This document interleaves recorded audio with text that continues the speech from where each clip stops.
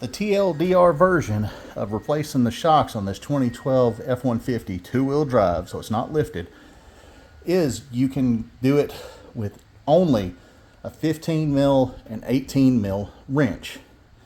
It's a lot easier when you use power tools. Your torque setting is going to be 66 foot-pounds on the bolts themselves. You got 15 on the bolt, 18 on the nut up here, and just below the axle you've got the same thing. And now we're going into the actual video. Something I usually forget to do is unbox new product.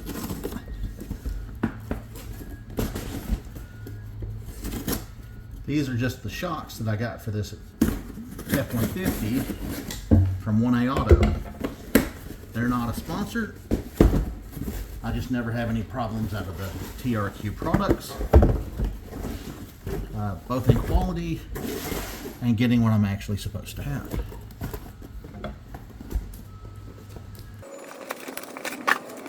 Looks nice and heavy duty, just like the other one, or at least sufficient to what we need.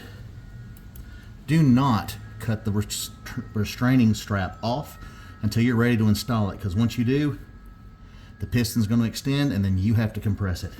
Rarely a fun thing. Alright, looks good. We'll compare them to the originals when we get them off. You gotta get the tire off because that's the easiest way to access the shock. This one uses 21 mil lug nuts. So we have the impact wrench, and I'm gonna ugga-dugga this sucker.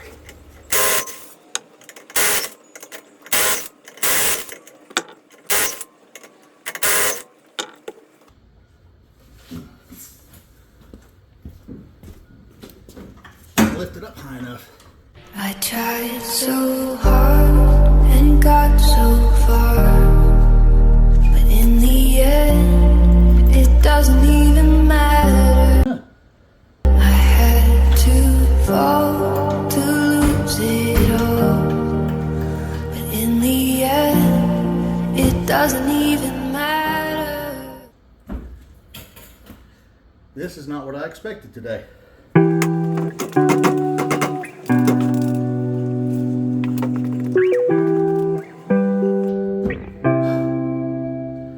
I'll get back to you.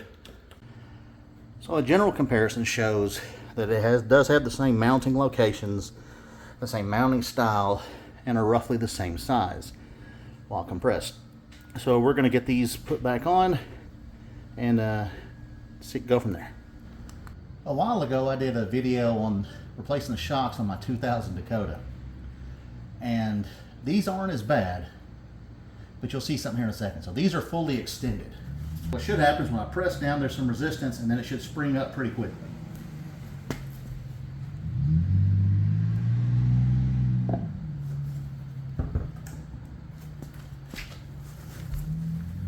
So while there was resistance going down, you can see they're going back up at different rates. Testing on this showed that the back end would bobble whenever I was pushing down on it, which is the easiest way to check shocks. Something you got to watch out for, I didn't notice this when I was taking it out, is I've got lines that go back and the shock has to go up in between them, which means you have to slide it up first before you anchor in the bottom part, at least on the driver's side. Easiest way to check if your shocks or struts are going out on your vehicle is to bounce the end of the vehicle that's in question. They should come back and bounce evenly and smoothly. If it's very jarring, very fast, going up and down, or uneven, then you probably have some kind of problem developing, and I'll check it out. This is after I got done replacing the shocks.